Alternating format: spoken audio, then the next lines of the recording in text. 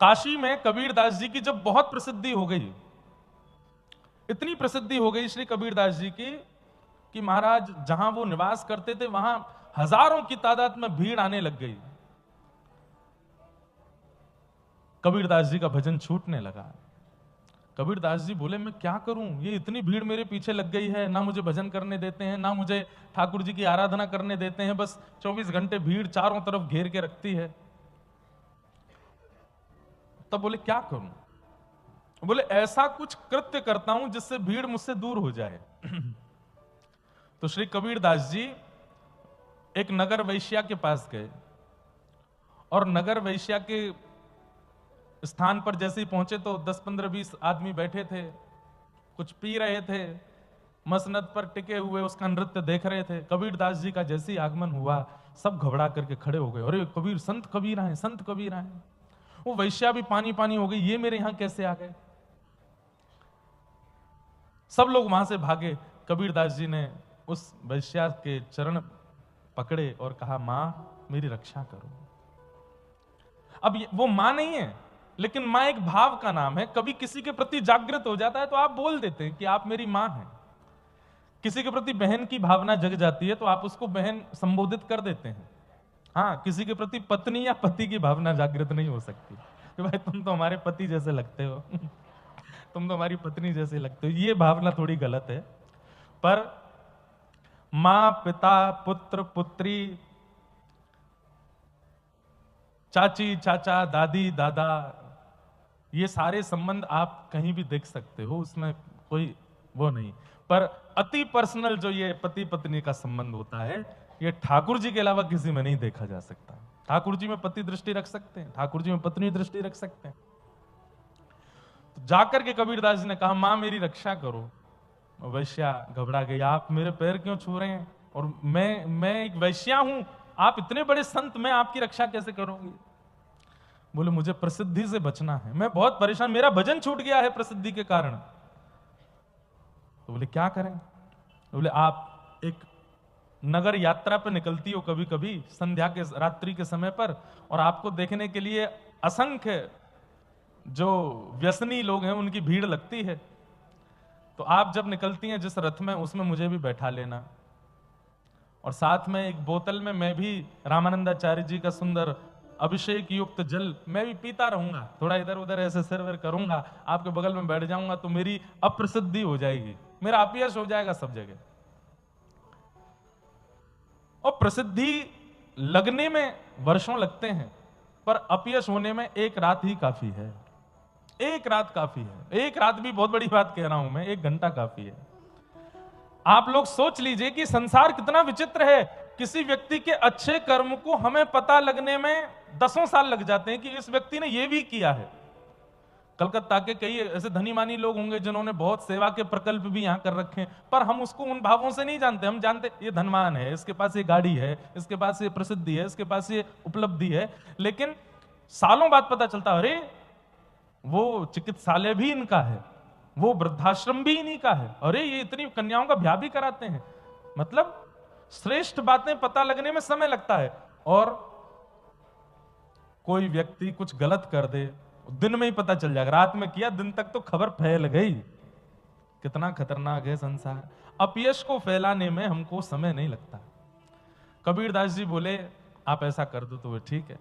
अब वो वैश्या ने अपने रथ में कबीरदास जी को बैठा लिया।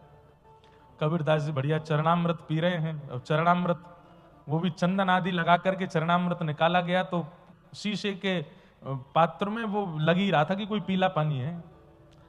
तो पहली बात तो रथ में कबीरदास बैठे हैं, इसी से ही अपयश हो गया। और देखो देखो देखो ये क्या चल रहा है, क्या चल रहा है, क्या हो रहा है, क्या हो रहा है। कबीरदास जी वो पानी और पी में जोर जोर से। तो महाराज पूरी काशी में क्या पूरे भारत में अपयश हो गया कबीरदास जी का। लोगों ने कह दिया हम तो पहले ही कह रहे थे मुस्लिम का जाया है, ये कैसे हिंदू देवताओं को पूज करके पूज नहीं हो सकता है। जो लोग कबीरदास जी का सत्संग सुनने जाते थे उनके माता पिता पतियों ने घर में रोक टोक लगा दी, अरे इसका सत्संग सुनने जाओगे, वो एक वैश्या के संग घूमता है। अचानक से भीड़ कम हो गई। कबीरदास जी बोले अब अच्छा, अब शांति है, अब सब दूर दूर तक चले गए हैं, अब बढ़िया है। तब भजन में उनका मन लगा। तो अपयश जानबूझ करके कराया अपना, ताकि भजन। फिर बाद में राजा को भी संशय हो गया कि मेरे गुरुजी में सच में दोष है क्या, लेकिन फिर बाद में जाकर के वो सब स्पष्ट हुआ कि ये भीड़ दूर करने के लिए चैतन्य महाप्रभु, श्रीमन चैतन्य महाप्रभु आजानुलंबित बाहु थी उनकी, इतनी लंबी बाहु थी कि वो जब चलते थे तो उनकी भुजाएं घुटने तक स्पर्श होती थी।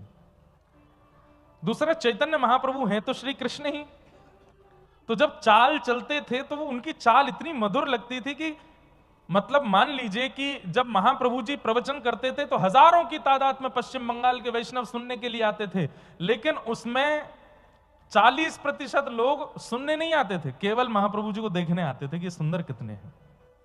और फिर सुनहरे केश थे, संन्यास ग्रहण करने से पहले तो कभी कभी जब हवा चलती थी तो जब महाप्रभु जी के सुनहरे केश मुख पर आते और जब वो हटाते, आहा, पीछे के 10-5 लोग तो ऐसे मूर्छित होकर गिरते। क्या स्वरूप है चैतन्य महाप्रभु का, और नाम ही है गौरांग। तो ऐसा गौर वर्ण था उनका कि जब सूर्य की किरण पड़ती थी तो उनके अंग को देख करके कितने लोग मोहित हो जाते थे। लेकिन महाप्रभु जी ने विचार किया, इतनी भीड़ हो गई है मेरे साथ में, ये भीड़ है किस लिए, इतने लोग प्रवचन सुनने वाले तो नहीं है। तब उनको पता चला कि ये मेरे रूप स्वरूप और मेरे उस पर ज्यादा आकर्षित हैं। तब जब महाप्रभु जी ने सन्यास ग्रहण किया और जैसे ही अपने केश दान करवाए, तो चैतन्य चरितामृत में कितना सुंदर भाव है कि जो नाई बाल काटने के लिए आया ना, उसके भी हाथ कांप रहे थे, महाप्रभु जी के केशों को मैं कैसे हाथ लगाऊं। और जब उसने अपना उस तरह सिर पर रखा है और जैसे ही खींचना प्रारंभ किया, उसको 2-3 बार तो मूर्छा आ गई कि मैं कैसे कर सकता हूं, इतने सुंदर रूप को मैं कैसे केश विहीन करूं। तो महाप्रभु जी ने हाथ से पकड़ा, उसमें बल आया, बोले कि तुम्हारा कार्य है, करो। तो जब केश विहीन कर दिया तब भी लग तो सुंदर ही रहे थे, लेकिन 30% जनता कम हो गई। क्यों? वो मरी केश पर रहे थे वो, और केश चले गए धीरे धीरे। फिर वही रह गए जिनका माध्यम जगन्नाथ जी थे, जिनको जगन्नाथ जी को प्राप्त करना था, वो रह गए महाप्रभु जी के साथ। बाकी की जो अराजक भीड़ थी वो सब छटने लगी। तो ये विषय मैंने इसलिए शुरू किया कि हम कई संबंध भाव से मान लेते हैं, गुरु भी एक भाव का नाम है। पर फिर भी आपने पूछा है कि हम अपने गुरुदेव के प्रति कैसा भाव रखें, तो वैसे तो कहा गया कि गुरु को साक्षात परब्रह्म मानो, लेकिन हम अभी घनघोर कलिकाल में, बहुत लॉजिकल बात है, हम परब्रह्म नहीं देख पाएंगे गुरु में। लेकिन मैं महाराष्ट्र के भक्तों से सीखता हूं, तो गुरु में क्या देखो, बोले गुरु में मां देखो, ये मेरी मां है, मेरी मैया है, और अपने गुरु को मैया कहो। हमारे भारत में पहली सहजोबाई, उनके गुरुदेव थे श्री श्याम चरण दास जी महाराज।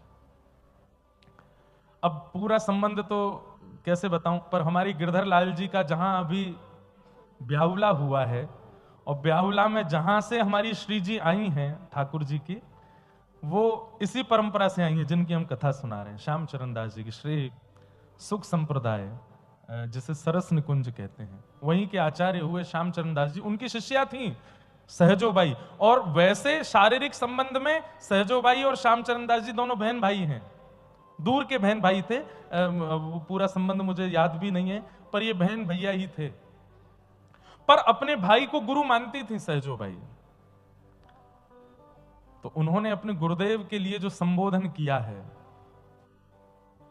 हम बालक तुम माई हमारी, हम बालक तुम माई हमारी, हम बालक तुम माई हमारी, हम बालक तुम माई हमारी, पल पल माही करो रखवारी, पल पल माही करो रखवारी।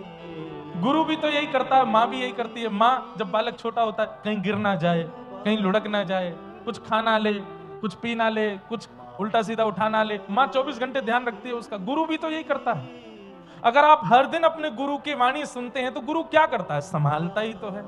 ये मत करना, ऐसा मत कर देना, यहां मत चले जाना, ये मत खा लेना, ये मत पी लेना, इस प्रकार का व्यवहार विचार मन में मत ले आना। पल पल माही करो रखवारी, पल पल माही करो रखवारी। हो हम बालक तुम माई हमारी, हम बालक।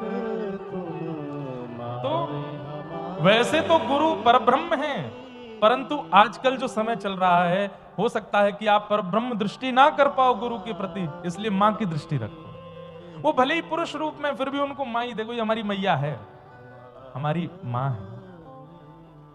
संत श्री ज्ञानेश्वर माउली उनको कहते हैं महाराष्ट्र में। माउली मतलब मां। ज्ञानेश्वर जी महाराज को माउली कहते हैं। वहां तो पंडरीनाथ विठल भगवान को भी माउली कहते हैं। रामकृष्ण परमहंस कौन है? स्वयं विवेकानंद की मां है, मैया है, वही तो समझा रहे हैं। तो इसलिए आपका जो भाव है कि गुरु के प्रति क्या भाव रखें, वैसे तो परब्रह्म भाव होना चाहिए, परंतु आप इतनी श्रेणी में नहीं पहुंचे कि आप अपने गुरु को परब्रह्म ही देखो, इसलिए मां दृष्टि में देखो, मां के रूप में देखो। जब सब आपके, दूसरा तीसरा प्रश्न है, जब सब आपके अपोजिट हों और भक्ति में मन ना लगे और लोग आपकी भक्ति पर सवाल उठाएं और मन अशांत हो, तो क्या करें? अब देखो, एक बात हमारी बहुत ध्यान से सुनिए, ये निश्चित ही युवा का प्रश्न है। जब सब आपके अपोजिट हों तब भक्ति में मन ना लगे, इसका मतलब क्या है? आप भक्ति उन लोगों की आप अपनी साइड में करने के लिए कर रहे हो। वो भक्ति भक्ति ही नहीं जहां कोई अपोजिशन में ना चला जाए आपके। और सबसे पहले अपोजिट जाने वाले तो परिवार के ही होते हैं, माता जी, पिताजी। अब हम देखो, ये बात मन से बताने की तो नहीं, पर मैं बताता हूं। जब हमारे लाल जी पधारे, गिरधर लाल जी, इतना भक्ति में परिवार हमारा, पूज्य पिताजी महाराज पिछले 53 वर्षों से कथा कर रहे हैं। घर में राधा माधव ठाकुर जी की सेवा होती है, जिनका ब्याहुला में सारा क्रम हुआ इस बार। 80 वर्ष पुरानी सेवा है घर में। लेकिन दास के पास जब गिरधर लाल जी पधारे 6 साल पहले, पूरी कथा तो बहुत बड़ी है कैसे आए, पर जब ठाकुर जी आ गए तो मेरी स्थिति ऐसी, उस समय हमारी कथा ज्यादा होती नहीं थी, साल में 6-7 कथा होती थी। बाकी के दिन घर में बैठे बैठे क्या करूं, पूरे दिन में सेवा में ही लगा रहता।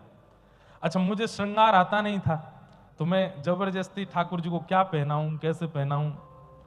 तो हमारी माता जी की जो नई नई साड़ियां आती थी, पता चलती कि जो पहनी ना हो वो कहाँ रखी हैं, वहां चुपचाप जाता, कैंची से काट पीट करके निकाल लाता सामान, उसको ठाकुर जी को कभी नीचे कुछ बना के पहना दिया, कभी कुछ धरा दिया। घर में नीचे सबके पास दौड़ के जाता, लाल जी का दर्शन करके आओ, श्रृंगार किया है। श्रृंगार शुरू होता था 8 बजे सुबह और पूरा होता था 2 बजे दोपहर में। छोटे से हमारे लाला, उंगलियों से श्रृंगार बड़ा मुश्किल से होता था। हमारी माता जी बोले ये लाला ने जो वस्त्र पहनो है ये तो बहुत सुंदर है। और फिर माता जी जाके जब अपनी कबर्ड चेक करती तब पता चलते, अरे मुझे तो लगती पता नहीं कौन सा नया चूहा घर में घुसे आया है, रोज कुतर जाता है साड़ियों को। अब पता चली ये दोनों चूहा हैं, मैं और मेरे लाल जी यही कुतरते हैं। तो कुछ दिन तक हमारी माता जी बड़ी परेशान रहती, बोलो कुछ नहीं करता है, पूरे दिन ऊपर बैठा रहता है, ठाकुर जी की सेवा करता रहता है, घर के काम काज देखा कर। तो हमारी कथाएं होती नहीं थी, तो माँ को भी रहता था कि भाई कथा इतनी नहीं होती तो घर के काम देखो, गौशाला जाओ, सामने वो देखो, यहाँ घर के कार्यकाल देखो। हम पूरे दिन सेवा में लगे रहते। उस समय कुछ दिन के लिए ऐसा होता था कि मेरे को सब समझाते थे, भाई पूरे दिन ये सेवा में लगा रहना ही काम नहीं है, थोड़ा अध्ययन आदि से अपनी कथाओं का क्रम भी बढ़ाओ, ऐसा करो। तो अपोजिशन तो आते हैं, जब आप भक्ति मार्ग में आओगे तो सबसे पहले अपोजिट होने वाले घर के ही होते हैं। तो आपने जो ये बात कही कि जब सब आपके अपोजिट हों और भक्ति में मन ना लगे, इसका मतलब क्या है? जब सब संग होंगे तभी मन लगेगा ना, चाहे दुनिया अपोजिट हो जाए। भाई प्रेम करने वाला कैसा होता है? माता जी नहीं मान रही, पिताजी नहीं मान रहे, परिवार नहीं मानना, रिश्तेदार नहीं मान रहे, ब्याह तो इसी से ही करना है, यही तो प्रेम। वो सबसे लड़ जाता है करके अपने मन की, तो वो तभी तो प्रेम है। इसका मतलब ये नहीं कि ऐसा ही करो आप। लेकिन ये ठाकुर जी के संबंध की बात है। अपोजिशन अगर आपके हो रहे हैं और आपका भक्ति में मन नहीं लग रहा है, इसका मतलब भक्ति शुद्ध नहीं है। चाहे जो जितने अपोजिट हो जाएं, अरे मारपीट तक हो जाए। ठाकुर हम कथा सुना रहे हैं श्री हरिदास ठाकुर की, कोड़े मारे जा रहे हैं तब भी हरिनाम नहीं छोड़ रहे हैं। यही तो प्रेम है।